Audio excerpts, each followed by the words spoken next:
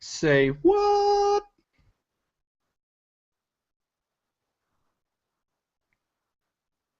Oh, I got no audio from you.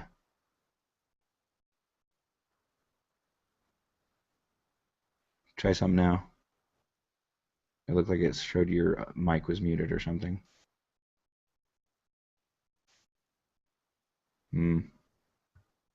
But Did that work? oh, there we go. Okay, rock and roll. Rock and roll. I must have hit the button on the Yeti when I Hmm. moved it. Okay, so moment of truth. You said that you saw the Hangout toolbox before in the left side of your window, yeah? Yep. All right, so go ahead and fire it up and You want me to screen share now? well, actually, right, like there's not much more to do aside from seeing if the actual lower third will display like it should. So, Give like it a I said, whirl. moment of truth. Hang out. Oh, in fact, I think I've got something for this. Are you ready for it?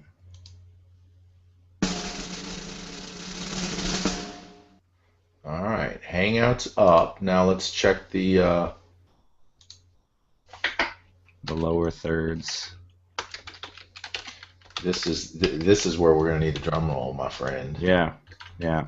I got a drum roll run in the back of my brain about Hey, ready to right. blow here. I've got my lower thirds Whew. showing up. All right, let me turn it And on. here we go. Hey, look at that! Oh, I'm ready to get on. What? Look at that! Great success. And Brandy shows up just in time. Awesome. Great to have you here. Yay. So yeah, we Oh we gosh, I'll got the turn my lower camera third off to for live. work. But no. What a Okay. nightmare, my friend. It's been nice. It's taken me a couple weeks to get to this point. It's frightening, isn't it? Just a tad, but I think it's mostly because well you weren't working with the right Baking. people, Well, right? right. What's interesting is you wouldn't believe how many self-professed experts I talked to solve this problem. Not one of them was helpful. I also was talking directly with the creator of an app designed specifically to do lower thirds as an alternative to the Hangout Toolbox. They couldn't figure out what was going wrong either. Wow, wow. See, and that was the weirdest thing for me because most of the time, like that, like we went through with the password and stuff, 90% of the time that's the problem. There was only one other time that somebody actually wanted to go through like something kind of more sophisticated, and I just kind of went, I don't know. He figured it out, but it was one of those things that I like. That was the one time that I ever saw any issues. So I was confident about it, but you know, again, you never know. So I'm really glad that you got it fixed. You know. Yeah, that's spectacular. I owe you one because this has been nothing but frustration. I've got things that need to get done, and I've been waiting strictly for lower thirds. Because the alternative was to farm this out and have somebody install lower thirds. So every time Whew. somebody's voice changes, the screen changes, they'd be throwing in a different lower third. That was not going to be a good Phew, proposition. yeah, yeah. Now, so this should also allow you to do the custom uploads as well. So that's also a bonus, right? Because actually, like, mine I use this one. This one's one that my brother designed for me, and you know, I don't know if you're familiar with Ronnie Bincer. He's got some pretty cool lower thirds too that are custom. Yeah, I've seen some of his stuff. It's not necessarily my style, but it's really cool looking for sure. Right, right. So, well, all good things. Like you know, like I was saying before, we'll link the previous video to this video so people can actually see the full story and see that it got fixed and it's a problem that can be solved. So, huzzah! Indeed, huzzah! Indeed, I mean, we didn't even get a chance to describe some of the insanity that was suggested to me to resolve this. Really, yeah, I know. I'm a little curious about it. If you still got a few minutes to chat a little bit. Yeah, absolutely. One of the things that was suggested was um, uninstall and reinstall Chrome. That didn't work. That just made life a lot more difficult. Um, it was suggested I should disable my antivirus while I was doing Google Hangouts. That sounds like sound advice, doesn't it? Sound saged advice. Yes. So yeah, that Well, was not an isn't that the option for case? me. Like everybody has an opinion, right? Yeah, that's funny. Well, again, like the the leading up to, I'm sure, like was a headache. I'm just relieved that like the one thing I'm like, hey, try this. It actually worked. I'm like, yeah. Yeah, So this is awesome. It worked on the first try too. actually now that we're here and I'm seeing your lower thirds and the actual power of lower thirds is working to your benefit right now. I see local pro TV expert interviews. Why don't you tell me a little bit about that? Yeah, absolutely. We're working with orthodontists to help differentiate themselves in the marketplace. Hmm. One of the things that orthos in particular take for granted is they say, well, we get a lot of our business from referrals. Problem is, how they're getting referrals and how they think they're coming to them are two different things. Example, my 13-year-old needs braces. We went to our dentist and we said, so who do you recommend? They gave us four business cards. Well, you set them up in a lineup and they all look the same. Hmm. So what I found in researching this market, amongst other things, is that none of the dentists who refer orthos have anything to say about how they're different, what they specialize in, what makes one better than another, which type or which person should handle which type of problems. What it boils down to is geography. Basically, what most dental practices have told me is that ultimately the way people choose their orthodontist is who's closest to them. So, for all the work and expertise and all the additional education and training that they've taken, basically to have their practice ability to generate new patients determined by a compass circling a radius around their office just doesn't seem right. And that's Hmm. really not a good way for folks to choose a good orthodontist. So, one of the things we're doing now is conducting expert interviews now that I have my thirds in to help differentiate orthodontists and help them state their case and explain to people how their service is superior, what they specialize in, help sell some of their credentials as well. Because you really don't know what their credentials are until you go in and look on the wall in the waiting room. Hmm. So this is a chance for them to Yeah. not appear as the same as everybody else in their marketplace. This is a way for them to set themselves apart, tell their story, create a connection, and begin the building of a relationship between their prospective patients and themselves. That's awesome. It's giving a platform to people who normally don't have that platform to explain to people what their unique selling proposition is before, like you said, they get people actually get into the waiting room and actually see those credentials. Yeah, absolutely. One of my favorite people is Perry Marshall. One of the things he says is no matter what industry you're looking at, about 80% of the people in that particular industry are somewhere along the mediocrity continuum. And then the other 10% are a complete and total disaster, and only really about 10% are really experts at what they do. And it just doesn't seem fair to the folks that are, at least on this side of the spectrum, that they have to be presented and perceived as the same as the people who are on the wrong side of the spectrum to anybody who's trying to make a good decision on their health care. So this is going to help resolve that to some degree. Yeah. No, that's a really good point you make about Perry Marshall. I also see like I used to work for a company called Solution Reach, and it was actually meant for marketing for dentists and orthodontists and stuff. And one of the things that was my job, big surprise with YouTube and stuff, the social media, guy who knew stuff about it kind of thing.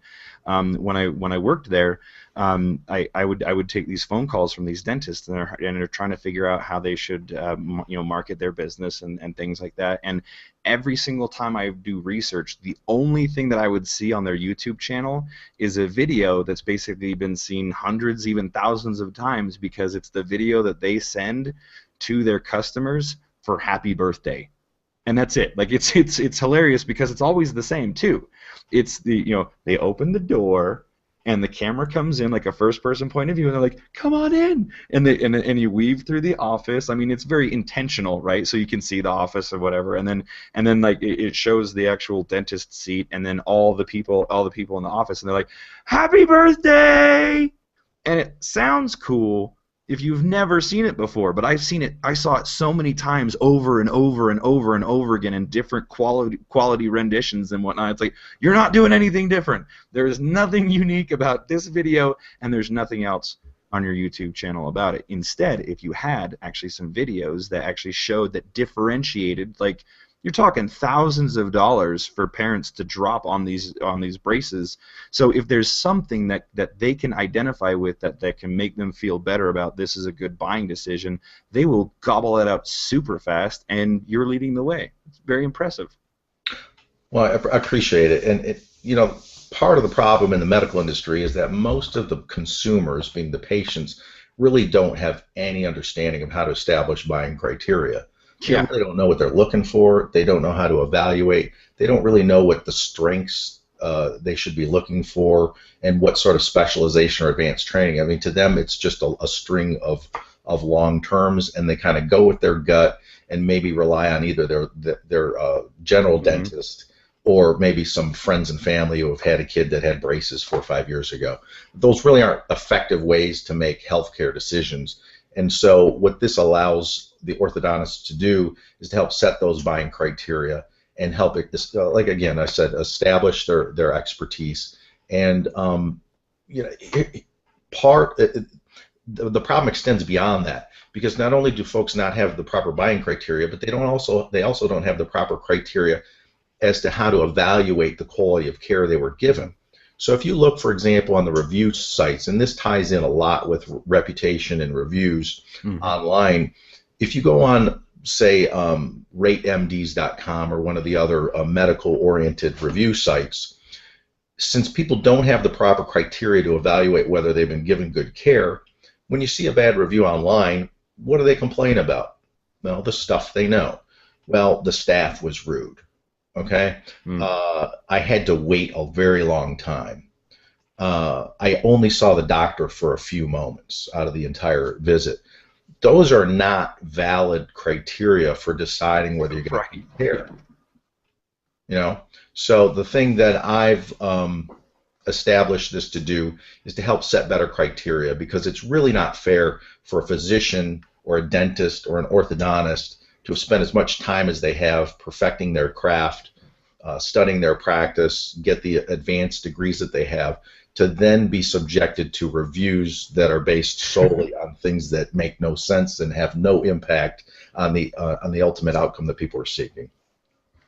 Very good point. Now, is this something that you want to integrate into your expert interviews with these orthodontists? Maybe display ways where they can,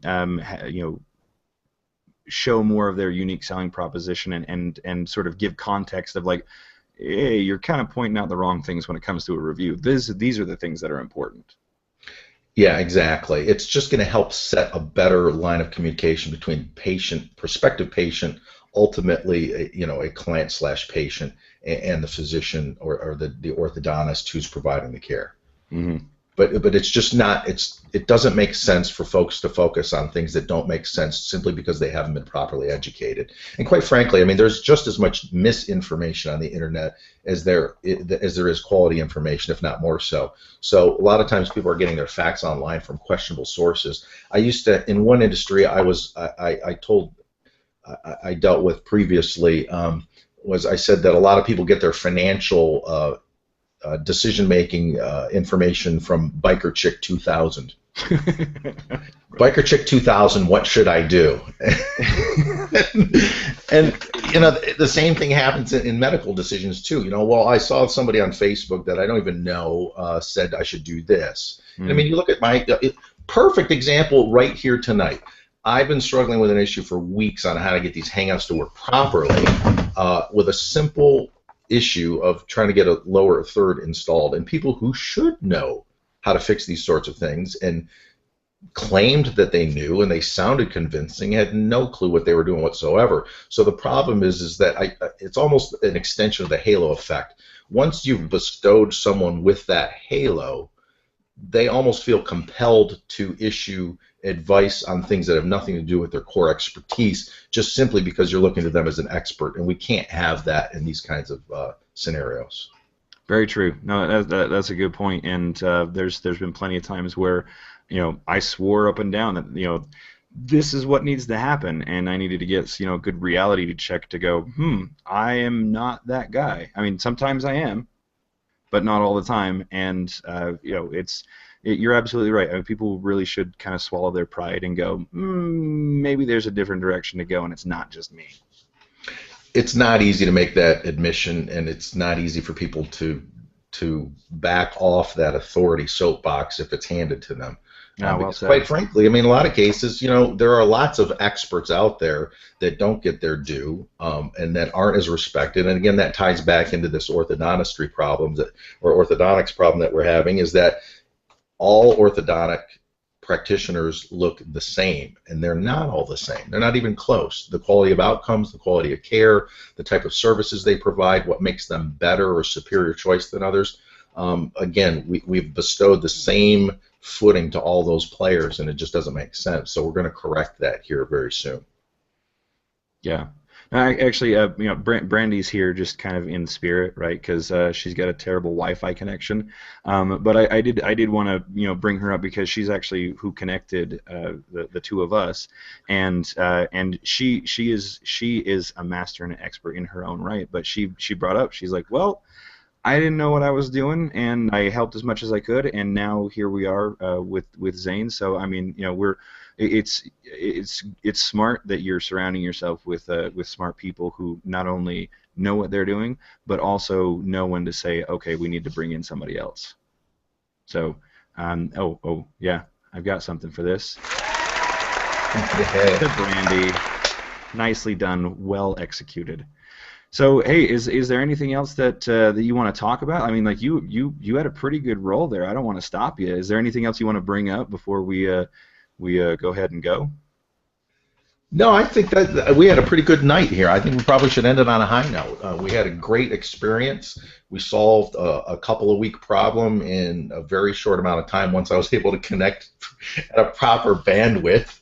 Yeah. And we had a good conversation about local expertise and how Hangouts fit into the mesh in terms of how they can help position somebody properly, as long as you get them up and running. But if you don't know how to get them up and running, and you're not going to, here's one of the core principles that I try to practice, and I'm not always great at it because I bet, Zane, you're pretty good at figuring stuff out. Is that true? Yeah. I'm a tinkerer. I'm not really satisfied until I get it figured out. Yeah, exactly. And that's both a blessing and a curse. And if you're bright enough, to figure things out, the temptation is far too high from both just knowing that you can pull it off eventually in the end, and then you get far enough along, and whether it's sunk costs or whatever it is that propels you and compels you to get to the end stage. And then there's the ego investment as well, that, damn it, I'm going to figure out how to get this thing done. But I'm trying to learn in my businesses to not try to learn something that I'm not going to be doing as a core competency. Now, with the Hangouts, unfortunately, there are some things that I'm going to have to learn because this is an important vehicle for this particular business. But when it comes to mastering the installation of other functions of the Google Hangout process, I'm going to stick to a small core of choices until I find a compelling reason that I need to learn something, because I'm going to do it every single day. So what I'm trying to do is kind of restrict the variety of things that I'm doing and focus on the things that I'm really good at, but also if I need to bring on some new knowledge or figure out something new, it has to earn its keep, and it has to be something I'm going to be doing a lot in the future in order for me to justify the time investment. I like that. I like that when you say it has to prove itself, right? It has to, almost like an employee, right? Here's this bit of information. Is this really going to do me well? And critically think about it, not just read the sales page and go, ooh, I really want that, but like really turn it over in your mind and think, hey, how is this going to help me? That's an excellent point of view. Well, it's not easy to practice, but I'm practicing it every single day because there's just not enough time. There's not enough time to get everything done. And I've started a number of businesses in the past from scratch, and it's been a while since I started a new one. This is a new one, and I've kind of forgotten a little bit about just how involved it is. So this time around, I'm taking it from a different perspective. the ramp up phase is going to be a lot shorter and the progress is going to be a lot faster because I'm willing to give up a lot more things a lot sooner than I would have previously. Every time you start a new business, you get a little bit better at this thing, I think. Yeah, I agree. Also well said. And I'll tell you, if you ever find yourself in, and I think you'll be finding yourself in more and more of these situations in like local meetups and whatnot. Just what you know of this, because I can speak from personal experience when it comes to YouTube and Hangouts, like both of them. Every time I've mentioned it in some sort of business capacity, even if it was like at a party, I was always either asked, "Can I have your card?" or "Here's my card. Will you please call me?" Like Wow. it's always been that way because I say video, YouTube, or Hangouts not so much. Like if you say Hangouts and they're like, "Wait, what?" You say YouTube only live, and they go, "Oh, here's my card," right? I mean, just like you make the connection. The real connection comes in with YouTube because as a local business, they just keep hearing over and over and over and over again, YouTube's great, YouTube's great. There's all sorts of stories on the in the news now. It's not like it was in 2008 when I first started, and like people looked at you like you had a third eye growing out of your head when you mentioned YouTube marketing. The landscape is totally different. So when you find yourself in those situations, you'll find yourself having people come to you and you say, well, I help businesses of any kind get more business through the power of YouTube and Google, and that's it. Like that's all the elevator pitch you need, and you just start getting cards handed to you. Yeah, it's funny you mentioned that. You know, Google made a huge mistake in naming the Hangout. It's a terrible name. Well, Yeah. here's the thing. I mean, there's a certain level of rhetoric that you have to reach in certain marketplaces, and orthos is certainly one of that. They don't want to hang out. They want to Yeah, be yeah, interviewed. They want yeah, to be interviewed, but they don't want to hang out. So yeah. I've dropped that completely from my language. I don't even use it anymore. Yeah, in fact, like you say that, and I've actually ran into that. People like, well, I just want to do a live interview, so don't send me to a Hangout. So I just send them that long link that we've been sending back and forth, and they Hmm. jump in like, oh wow, this is amazing. Right. What's up, Brandy? That's why I just say the same thing. I say live event. Don't even say Hmm. hangouts. So when you /watch live, like don't even say hangout. Don't even mention Google Plus. Both things are intimidating to most Hmm. people. So just say .com/watch live, and they don't know if it's a Ustream, a live stream. I mean, of course, once they get Yep. there, they see a G plus, but still even that's not familiar enough. So I tell everyone just .com/watch live on your website and send the traffic there. Yeah. Yeah. Well said. Very well said. Hey, do you guys feel like answering just a couple quick questions just on interview logistics? Yeah, man. No, as I see it, like Let's do it. you were saying that I just want to make sure that the time that you needed was given was all. But Oh, yeah, I'm no, happy to answer questions. really, I'm concerned. I don't want to keep you on this any longer than you're ready to be on here. But I figured if we're going to talk about a few things and showcase some of what you guys know, one of the things that I was curious to know is what have you guys found to be the minimum standards to tech-wise in order to handle an effective interview with Yeah. a third party. I mean, in terms of bandwidth, internet speed, hardware, etc. Yeah. I can. I'll jump in on this, Brandy, if you'd like, because you have the Yeah, go crappier ahead, signal. 'cause we both know it. So yeah, it's the same. We'll Okay. both say the same thing. Yeah. Go for Yeah. it. All right. So basically, as far as tech goes, like, well, I think it's most of the things that you were like the issues that you were running into. It's the fact that, and you had also brought up like having a checklist. Having a checklist is very, very helpful. Like if you go, okay, here's the things that you need, and they're never things again that are too difficult. Like you get to the here are the things that you need to keep in mind, and here's the link that you need to go to. So as far as tech, like I'm missing the processor speed, but it needs to at least be Okay, as far so as here, is 2 upload megabyte. speed. Oh, okay, you're on it. Yeah, upload speeds. Upload speed. It's not download speeds. Upload speeds have to be a minimum of 1.5. So it's for everybody to be hardwired. Because even if you have super great Wi-Fi, there's going to be dips and flows in it. And then also, I tell everyone to like make sure no one's on Netflix in your house. Like make sure that no one's close your Skype, close your mail, close Dropbox, Big Sticker. You know, anything that's gonna down your bandwidth, I go so far as to restart my computer from scratch if I'm gonna do a Hangout on air. Yeah. So I shut everything down in Chrome. If you run business apps at all in Chrome, it's important to close down all of those apps as well, because those will dim bandwidth as well. Yeah. So. No, yeah. Is that Yeah. where you were So, going, Dave? yeah, that's exactly where I was going. I was thinking of starting with the processor speed, but I don't even think that's even a thing, right? Like that's not something you would want to explain to an offline client. Well, you need to make sure you have at least a 3.5 gigahertz processor. No, bad idea, right? So what you said, a meg up, 2 megs down, a dedicated wired connection. Because that's again when it comes to wireless, you've got the packets and those can fluctuate, and so you're not having that dedicated connection. If everyone's dedicated and connected, through a hard wire, everything runs much smoother. And in a pinch, if someone needs Wi-Fi, then okay. But you really should, when you're sort of setting the tone for the interview, you say, listen, if we're going to have like 10 people on this Hangout, everybody needs to be wired, because if one person is having latency issues, then it affects the entire Hangout, which kind of defeats the purpose of having this cool interactive live experience if people can't actually experience it, right? So the connection speed is paramount, and again, it's one of those things that you just have to factor as you go. And the more people that are involved, the more pieces that could possibly break, right? So with that, I would also say make sure everybody has headphones, some form of headphones. And if one person doesn't have headphones but everyone else has headphones, then you're good. Because what you suffer from is that your speakers will be playing the delayed event.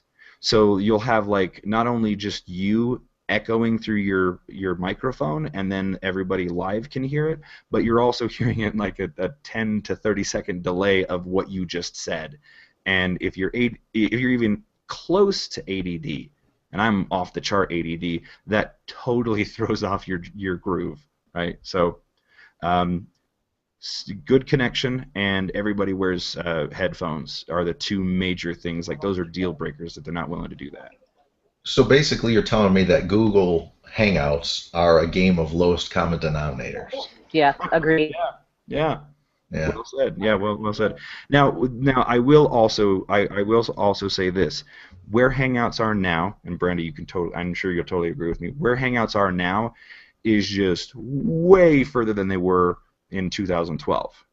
So I look at it as 2015, we're going to see more and more cool features, more and more reliability, because Google is seeing this as a majorly huge cash cow. So they're going to start putting more and more resources into it, if you haven't already seen just how much they have already put in since 2012. So it's a matter of time, honestly, before it gets really just pristine, Now, I've got a question on that topic. I had heard some talk that Google was reducing their workforce on the Google Plus side. Do you know anything about that, and what impact might that have? I sure do. First of all, that article that everyone keeps talking about that's been circulating around is from TechCrunch, and that's the source, by the way, for those of you who are watching right now. TechCrunch, well, media in general. You seem like you've been around. Like when it comes to media, you want that controversy, right? Right. And both Google and Facebook are publicly traded companies, so it's in everybody's best interest to just stir the shit, if you will, right? So with that said, like the article that and the whole reason why I brought up TechCrunch is because they heavily invest in Facebook, right? Their own financial interests. So you couple that with the simple fact that like the article that was written was just like, okay, so the guy who like was doing all the Google Plus stuff and was like the main dude, he's leaving. So that also means that like Google Plus is gonna implode in on itself, and no one's ever gonna be interested in it, and it's the Walking Dead, as they put it, right? And but we're seeing actually the exact opposite. Like I even had some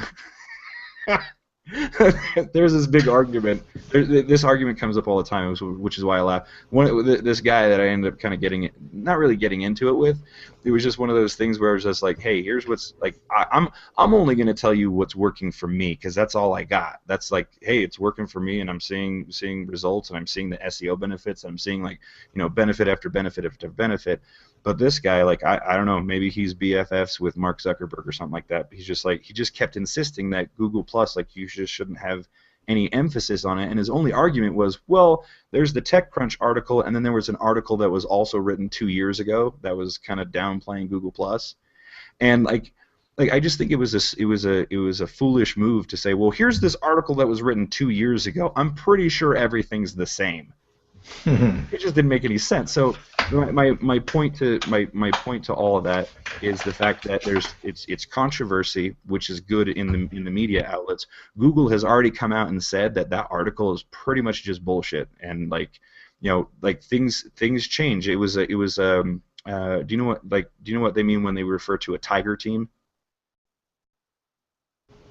Yeah, basically a tiger team was just like, they go in there and they just get it done. Like it was almost like it was planned from the beginning that they were just going to get in, get it done, and then they were going to redistribute in the first place. So from what I heard, it was a tiger team, and the tiger team was like, okay, we're done. We're going to go do other stuff. Like Google Plus is rocking and rolling, and there's no more emphasis that we need to put into it setting up.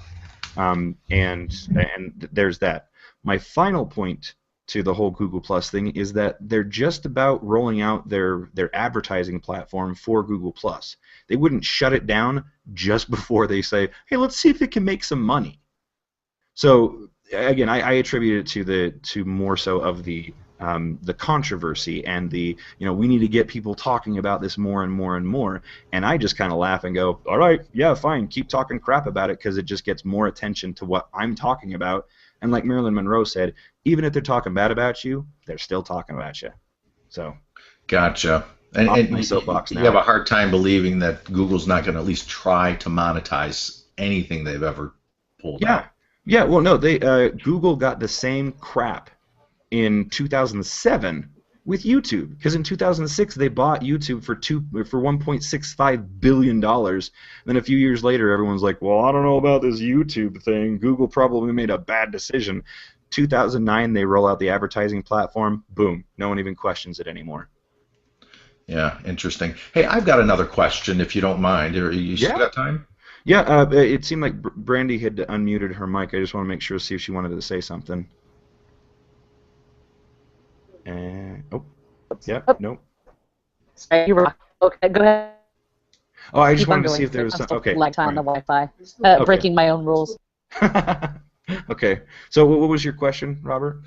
I've got a question. I know there are some people in the YouTube space, typically with courses to sell and things of that nature, that talk about, they use the law of big numbers, and they say, well, there's X bazillion viewers every day, and this demographic spends this much time on YouTube, et cetera, et cetera, et cetera. Tell me about the growth in the business sector, because my immediate question to those types of stats is, most of them are, cats and, dogs running across the piano, et cetera. What percentage of viewership now is devoted to business-oriented content, and what kind of growth rates have we seen recently? Do you have access to any of that data? Yeah. Well, there used to be, like, I can get to it, right? And in fact, probably I can send you some links, and then you can put the links in the description to make this video more awesome. But to that end, though, I don't have anything I can whittle off the top of my head, but I can tell you, like, even above cat videos, right? Like music, right off the top, is the most popular thing on YouTube, oddly enough.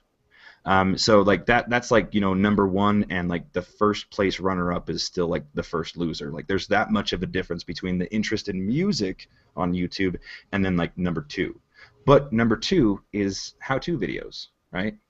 So you said before, you were talking about, like, you're like, oh, so you're the Zane from the Cult of Copy, right? Right. Did you watch Colin's the I think it was episode 7 where he was talking about the first half of selling the 7 deadly sins. No, I have all of his. I have the link saved, and one of these free weekends, I'm going to consume all of his content in one day. All right, cool, cool. No, no, good. That's a good idea. But what I would say is, I actually cut a clip specifically for it. Like, there's a playlist I made of each individual one, sloth, gluttony, so on and so forth, in its own playlist. But I would recommend watching obviously all of them. But there's a clip where he talks about sloth, right? And that's actually he says that that can actually be more of a virtue because if you give a lazy person a task and you force them to do it, they will find the easiest, most optimal way to get it done. So you can actually use sloth to your advantage. Now, the viewpoint that you should look at YouTube with is actually that the virtue of diligence. That's the opposite of sloth, and then the sin of sloth. On one hand, you have the sin of sloth, where your people are watching nothing but cat videos, right? On the Right. other hand, on the other side, you have the diligence side, where people are watching how-to videos and TED talks and things that actually help you. And you get done watching the video, you're like, I've learned something, and I'm a better person for it. So like that's actually what's happening on YouTube, right? So it's always been like that. So that's what you actually have are those two opposing sides, and that's the world that you play in. And so you go, okay, either I'm going to go for total indulgence and I'm going to get virality, or I'm going to get total diligence and I'm going to get virality, because I'm sure you're thinking of like, okay, well, here's some total indulgence examples and here's some total diligence examples, and that's really what you're dealing with when it comes to like those teeming masses, the 800 million viewers a month kind of statistics that they're talking about. That's the mindset that you should have of YouTube leading into it, and then start narrowing down from there. Okay, so the orthodontist, the orthodontists, right? Yeah, okay, orthodontists.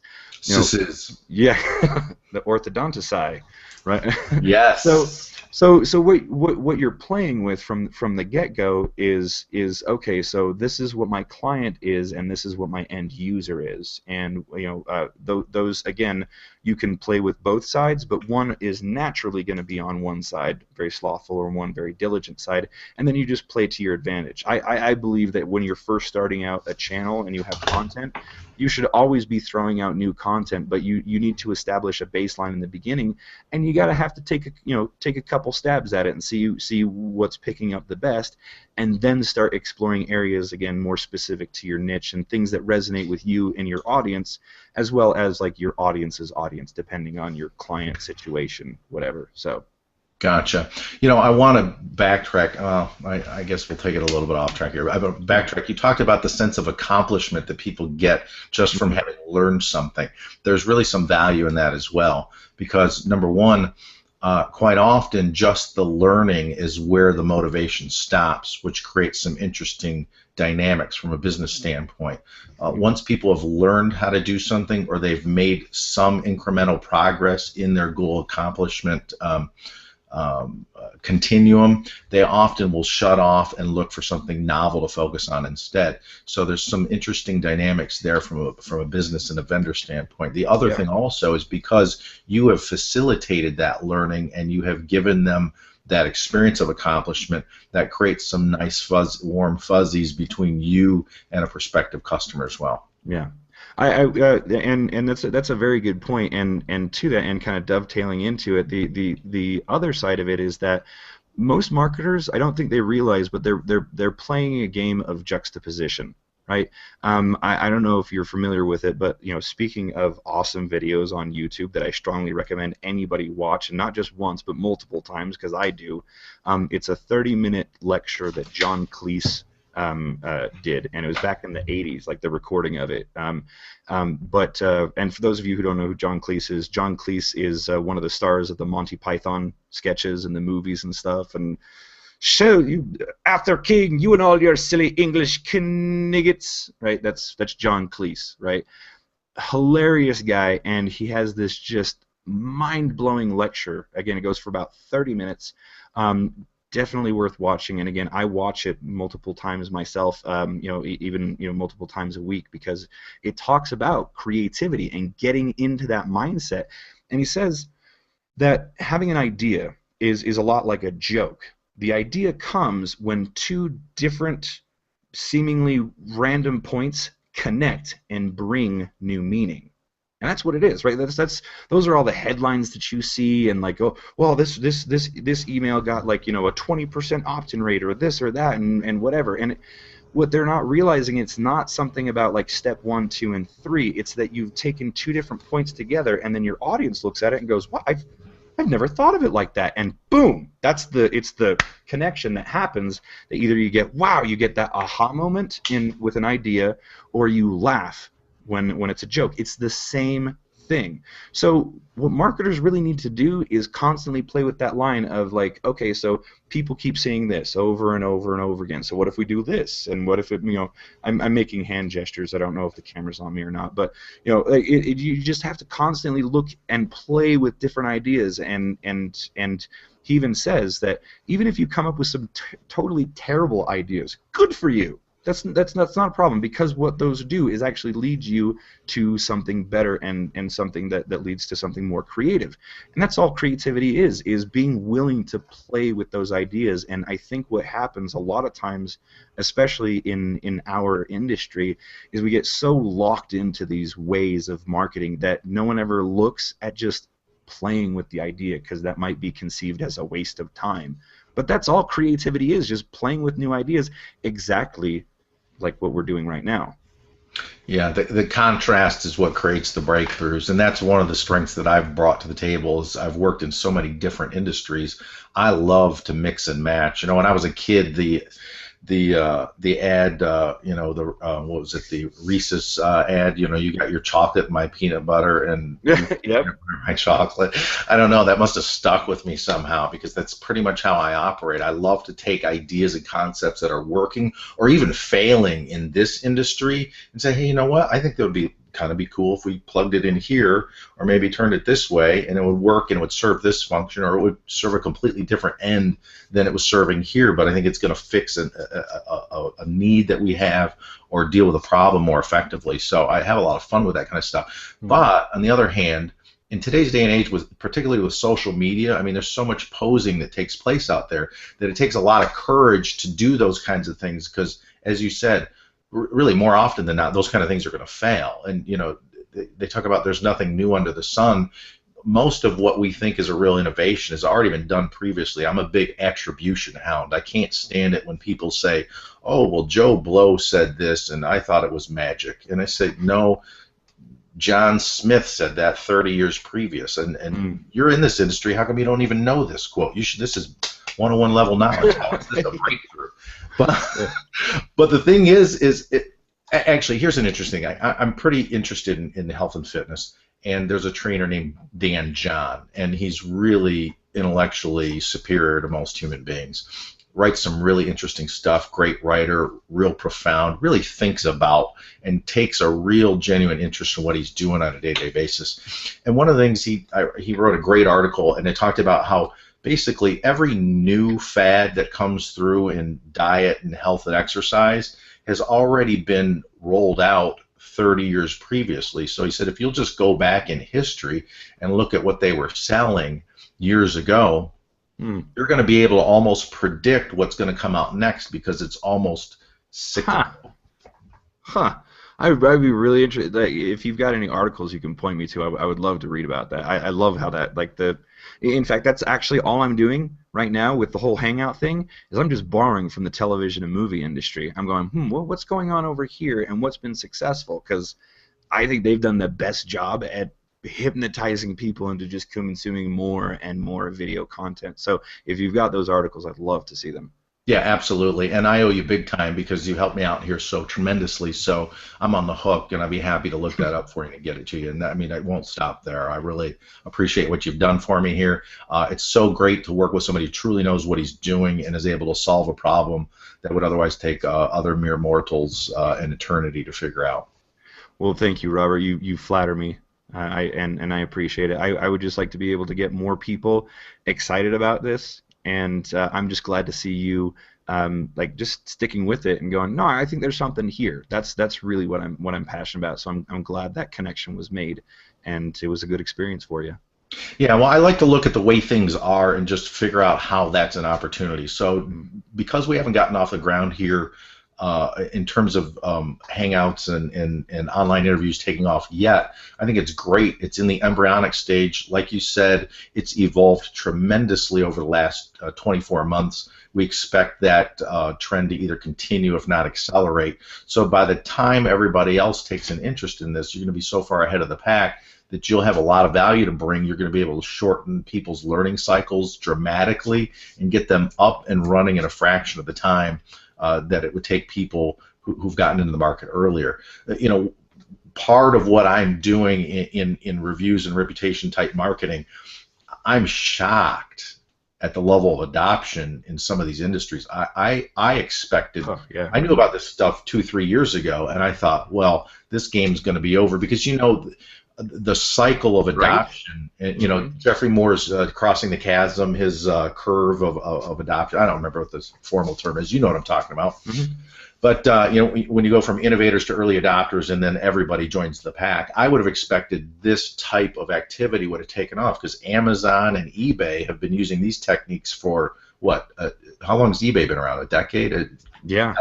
Amazon's been around since what? 96, 98? Yeah.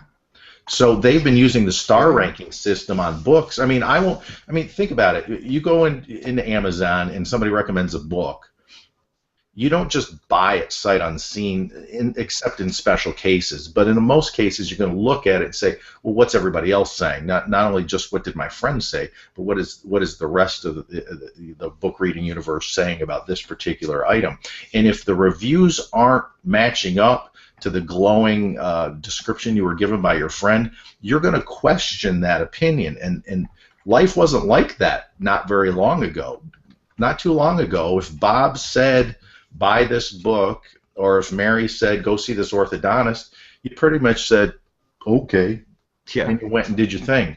Now, the level of public review is so easily accessible, and generally speaking, it's reliable. I mean, on Amazon, you'll see friends of authors stuff the reviews, but Right. in most industries, you can't stuff the ballot box like you could in those early book launches because eventually you're going to get called out.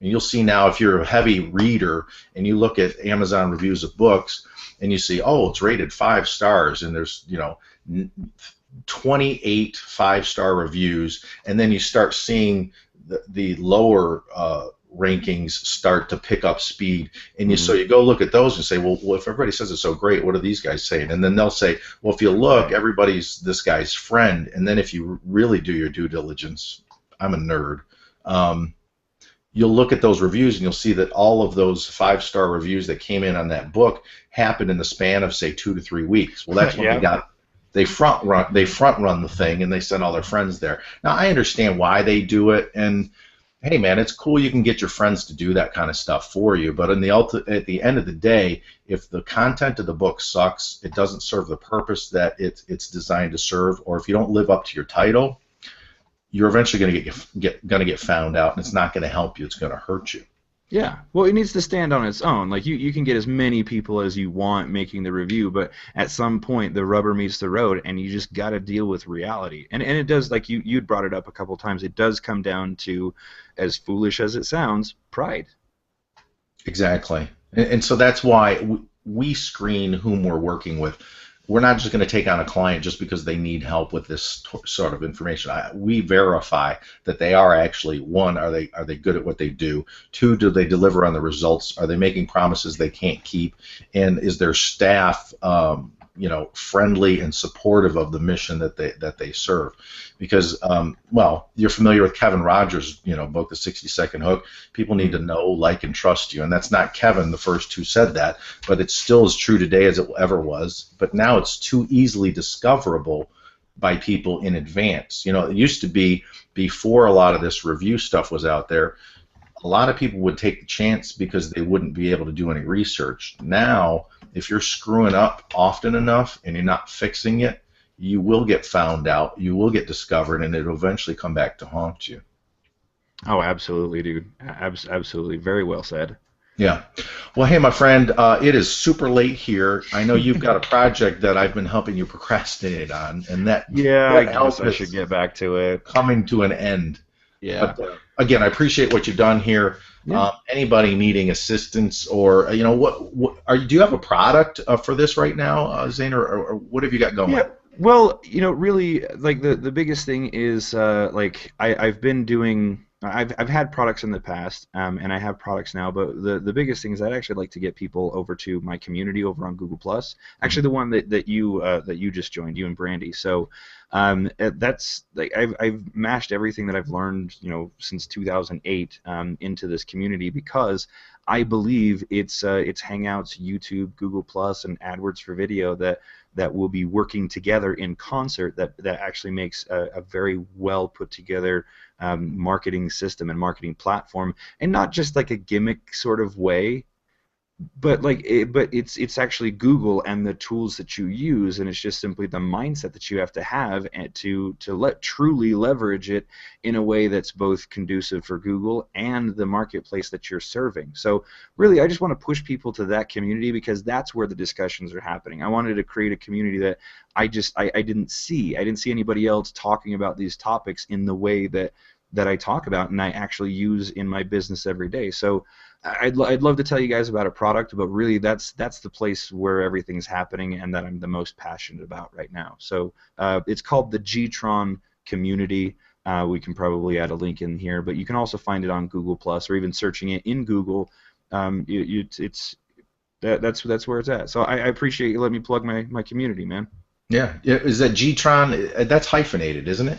Yeah, it's hyphenated because it's a nerd reference. Let me tell you, it's so Voltron, the old '80s cartoon, right? I explained how all the pieces coming together as one. So if you kind of visualize these four pieces kind of coming together as this galactic robot, that'd be like Voltron. But I didn't want to take Voltron, right? And Google doesn't want you using their name in anything.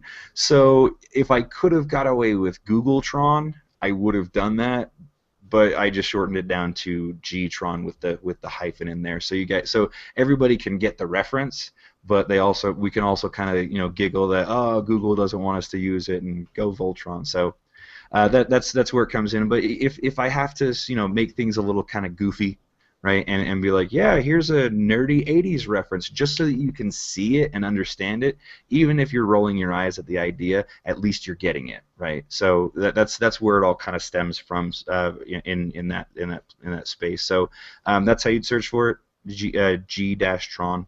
Thank you for clarifying. Yeah, no problem. And like I said, you're right. Googletron would have met an early demise. It sure would, and it would have been sad. Yeah. All right, my man. I appreciate your assistance here, and I look forward to connecting in the future. And I'll check out your community starting tomorrow morning. See what I can learn. See what I can contribute. Awesome. Great. Looking forward to it, man. All right, my friend. Good night. All right. See ya. See ya. Bye.